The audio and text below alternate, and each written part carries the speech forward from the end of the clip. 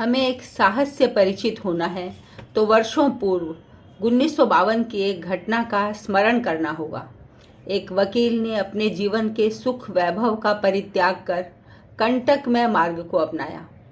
उनका नाम था रमाकांत केशव उपाख्य बाला साहब देशपांडे।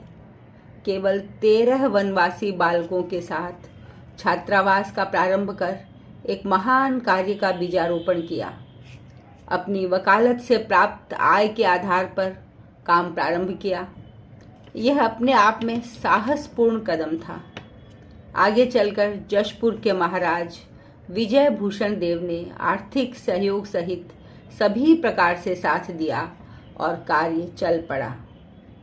सभी प्रकार की प्रतिकूलताओं के बीच इस युवक ने शिक्षा, आरोग्य, धर्म जागरण जैसे विभिन्न क्षेत्रों में काम को गति देकर अपने पुरुषार्थ का परिचय दिया। काम की आवश्यकता थी तो स्थानीय सादरी भाषा को पूर्ण रूपेण आत्मसात कर समाज के साथ तादात्म्य का अनुभव किया। धर्मांतरण जैसी भीषण समस्या का समाधान ढूंढना था। इसीलिए मानो नियति ने एक ऐतिहासिक काम के लिए बाला साहब जी का चयन किया था। नियोगी कमीशन का उद्देश्य सही रूप में पूर्ण हो, इस हेतु आपने अनथक श्रम किया। असंभव सा काम संभव हुआ। बाला साहब के मार्गदर्शन में और कार्यकर्ताओं के सामूहिक प्रयासों से धर्मांतरण के संदर्भ में तथ्य एकत्रित हुए और रिपोर्ट छपी। बाला साहब की मूल प्रकृति आध्यात्मिक थी। युवा अवस्था में आपने स्वामी विवेकानंद का साहित्य पढ़ा था और संघ से संस्कार प्राप्त किए थे। अतः मन में एक धारणा पक्की थी कि समाज मेरे लिए साक्षात भगवान का स्वरूप है। बैंक खाता खोलना, वकालत कर बहुत पैसे कमाना, वे इसके पक्षधर नहीं थे।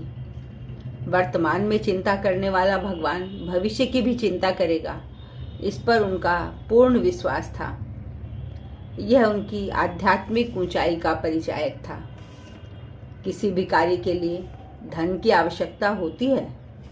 हम संगठन हेतु समाज संपर्क करेंगे की भूमिका आपने स्थापित की और आज भी हम उसी मार्ग पर चल रहे हैं। बंधुओं, 1978 में जब कल्याण आश्रम के कार्य को अखिल भारतीय स्वरूप प्राप्त हुआ, बाला साहब जी का अखिल भारतीय सघन प्रवास प्रारंभ हो गया। सुदूर उत्तर पूर्व से लेकर भारत के कई प्रांतों में आपने कार्यकर्ताओं का मार्गदर्शन किया। आयु बढ़ती जा रही थी पर अनथक प्रवास भी चल रहा था। आज जब देश विघातक शक्तियों को जनजाति क्षेत्र में एक समस्या के रूप में हम देखते हैं तो बाला साहब के एक ऐतिहासिक योगदान का भी स्मरण करना चाहिए।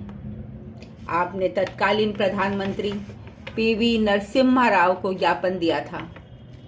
सभी भारतवासी मूल निवासी हैं। इस विचार को स्थापित कर विश्व स्तर पर भारत की भूमिका का शंखनाद किया। बाला साहब के मन में एक विचार पक्का था कि संगठन का नेतृत्व किसी जनजाति कार्यकर्ता के पास हो, निर्णय प्रक्रिया में उसकी महत्वपूर्ण भूमिका हो। इस हेतु आपने माननीय जगदेव राम उरांव का चयन किया। आगे चलकर माननीय जगदेव राम जी ने वर्षों तक संगठन का सफल नेतृत्व किया।